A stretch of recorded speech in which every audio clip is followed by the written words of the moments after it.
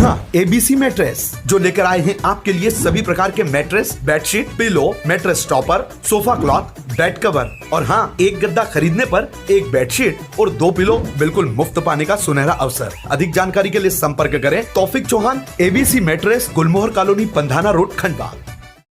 आज कांवड़ यात्रा में शामिल हुई है खंडवा की, मेरा लगाव रखना है, क्या कुछ कहेंगे, क्या बताएं? सबसे पहले तो हर हर महादेव। और खंडवा से हमेशा मेरा एक जज्बाती लगाव रहा है और जब जब अशोक पालीवाल भाई साहब ने बुलाया है, मुझे इस पावन धरती पर अपने उपस्थित होने का मौका मिला है। पहली बार जीवन में कांवड़ यात्रा किया है मैंने। एक तरफ डिम्पल भाभी जब मस्जिद जाती हैं तो इस्लाम के हिसाब से मौलाना उनको जिन अभद्र शब्दावलियों से नवाजते हैं, वो हम सब ने देखा कि वो अभद्र शब्दावली मैं इस्तेमाल भी नहीं कर सकती। और आज लाखों की भीड़ में मातृ शक्ति के साथ, शिव शक्ति के साथ जब मैं चली हूँ तो जो मान सम्मान, जो स्नेह, जो प्यार, जो इज्जत मुझे मिली है, मैं मेरे पास शब्द नहीं है वो कहने के। और मैं उम्मीद नहीं कर सकती हूँ कि मेरे मजहब के मौलाना, मौलवी, कारी इतनी इज्जत और मान सम्मान किसी महिला को दे भी सकते हैं, क्योंकि ये हमने अपनी आंखों से देख लिया डिम्पल भाभी का क्या हाल इस्लाम के जस्टिफिकेशन पर मौलाना ने किया है साड़ी पहनने पर। और आज वही साड़ी पहन करके मुझे शिव शक्ति का दर्जा दिया गया है। बिहार में एसआईआर चल रहा है, उसको लेकर के विपक्ष लगातार सवाल उठा रहे हैं और क्योंकि बांग्लादेश की घुसपैठियों को लगातार भाजपा बात करते रहे, तो आपका क्या सोचना है? देखिए, 8वीं 9वीं पास जो होता है ना, उससे सर फोड़ना बहुत मुश्किल हो जाता है। हम लोग देश के सर्वोच्च न्यायपालिका में प्रैक्टिस करते हैं। तेजस्वी यादव का प्रॉब्लम है कि उन्होंने संविधान पढ़ा नहीं है। अब अंग्रेजी शायद उनको आती नहीं है, हिंदी भी सही से नहीं आ पाई है क्योंकि 8वीं 9वीं पास है। और जिस हिसाब से वो अपनी कृष्ण बीवी को ध्यान दे रहे हैं, अगर उसका 10% भी उन्होंने बिहार की जनता को ध्यान दिया होता तो शायद इतना झूठ में वो नहीं रहते। जिस तरीके से उन्होंने इलेक्शन कमीशन ऑफ भारत पर एक एलिगेशन लगाया और तब फिर इलेक्शन कमीशन ऑफ भारत ने उस एलिगेशन को डिकोड किया और प्रूफ के साथ बताया कि तेजस्वी यादव झूठ बोल रहे हैं। तेजस्वी यादव को मुझे लगता है कि फिर से स्कूल में एडमिशन ले लेना चाहिए। नाजिया इलाही एक नाम तस्करी का आरोप लगाया, महिला तस्करी का, किस तरह का आरोप है, कितना बड़ा आरोप है, क्या बदनाम करने की साजिश है?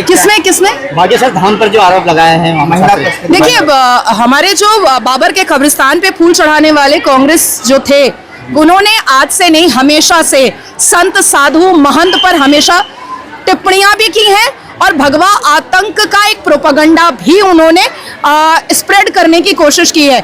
आप सोचिए कि किस तरीके से संतों और महंतों को कांग्रेस कार्यकाल में हमेशा फंसाने की कोशिश की। और आप एक चीज और नोटिस कीजिएगा कि जब भी हिंदुत्व और हिंदू और सनातन धर्म के संतों और महंतों को फंसाने की कोशिश की जाती है तो महिला को इन्वॉल्व जरूर किया जाता है, जरूर किया जाता है। आज 2 युवक आपको गिफ्ट में मिले हैं, समीर और रेहान, घर वापसी हुई, किस रूप से देख रहे हैं? बहुत अच्छा, क्योंकि मैं तो यही चाहती हूँ, मैंने हमेशा यही आवाज लगाई है कि भारत को हिंदू राष्ट्र बन जाना चाहिए। और जिस दिन हिंदू राष्ट्र हो गया उस दिन हम मुसलमान बेटियां भी सुरक्षित हो जाएंगी, क्योंकि मुसलमान बेटियों की दुर्दशा जो घर के भीतर बद से बदतर है, वो सनातनियों के राज में आकर के, सनातनियों के गार्जियनशिप में आकर के हम भी सुरक्षित हो जाएंगे। इसलिए मैं इस चीज को बहुत खूबसूरत तरीके से देख रही हूँ। और कोई तलवार दिखाकर सलवार तो पहनाया गया नहीं है, बजाते लीगल कानूनी कागजात तैयार किए गए हैं। और कोई अपनी मर्जी से अगर घर वापसी करना चाहता है और सनातन में आना चाहता है तो यहाँ पर तो मोस्ट वेलकम है और सनातन ही सत्य है। सनातन ही सत्य है। और प्रज्ञा ने आतंकवाद को हरे रंग से जोड़ा है, तो उनके मामले को लेकर क्या कहेंगे और इसको किस तरह से आप देखते हैं? नहीं, बिल्कुल सही कहा है। यूनाइटेड नेशन ने जितने भी टेररिज्म ऑर्गेनाइजेशन और टेररिस्ट ग्रुप को स्टैम्प लगाया है वो सारे के सारे मुसलमान ही तो हैं। मुझे एक ऐसा नाम बताइए जो सनातन से जुड़ता हुआ हो। जैशे मोहम्मद, हिजबुल मुजाहिदीन, लश्कर तैयबा, हिफाजतुल इस्लाम, हरकतुल इस्लाम, सारे कटमुल्लों का ही फौज है। आप हिंदू राष्ट्र हैं आपके अंदर और सारी जो बातें आपकी सुनी हैं, मैं ये जानना चाहता हूँ कि जैसे आप नाजिया इलाही जी, एक नाम है आपका, जी जी, आपको नहीं लगता है कि एक नाम होना चाहिए हिंदुत्व का, आपका नाम? नाजिया इलाही के बजाय? मैं भाई साहब इंतजार कर रही हूँ, बस कुछ महीने और इंतजार कीजिए, नाजिया के आगे कुछ और लग जाएगा। आपने कहा शादी महादेवगढ़ मंदिर में हो तो और भी बेहतर होगा, आप मतलब नहीं, मैं मन से चाहती हूँ कि वरमाला जो है, अगर मैं शादी कर रही हूँ तो वरमाला जो है वो राम मंदिर में हो, और मेरा जो 7 फेरा है वो यहीं इसी मंदिर में हो। और यहाँ पर मेरे 2 भाई खड़े हैं जो कन्यादान के लिए हैं। बिहार चुनाव हो रहा है, सबने देखा राहुल गांधी ने। बचपन में एक कहावत सुना था, नाच ना जाने आंगन टेढ़ा। देखिए, राहुल बाबा की हिम्मत ही नहीं है और उनके अंदर ये क्षमता ही नहीं है कि वो एक नेता के तौर पर, एक लीडर के तौर पर वो सामने आ सके।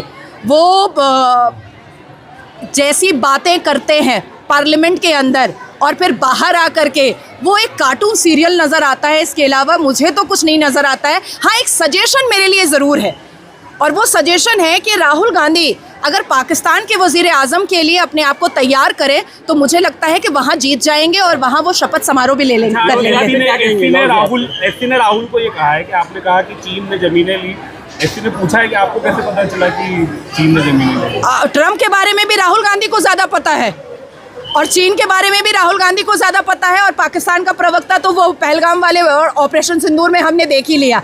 अब देखिए, जया बच्चन, अमिताभ के जिंदा होते हुए भी जया बच्चन कभी सिंदूर नहीं लगाती हैं, इसलिए ऑपरेशन सिंदूर से उनको बड़ी नफरत होती है। जया बच्चन साहिबा को अभी भी लगता है कि अमिताभ बच्चन कहीं और रेखाओं में बह रहे हैं, तो ऐसी चीज़ें नज़र आती हैं। क्या लव जिहाद पे आप क्या कहेंगे? लव जिहाद इस्लाम के जस्टिफिकेशन पर देश को तोड़ने की, देश को ख़त्म करने की और ग़ज़वाए हिंद करने की एक स्ट्रैटेजी है। सनातन धर्म के प्रत्येक पुरुष जो होते हैं वो अपने घर की लक्ष्मी से बहुत ज़्यादा इमोशनली अटैच होते हैं, इसलिए कठमुल्ले और जितने भी इस्लामिक लोग हैं, शांतिपूर्ण समुदाय के हैं, वो जानबूझ करके सनातन घर की लक्ष्मियों पर वो धावा बोलते हैं ताकि ये टूट जाए। लेकिन मैं एक बात कह देती हूँ कि इस देश के प्रत्येक शांतिपूर्ण समुदाय शांति से रहें, नहीं तो हमें भी बहुत कुछ आता है।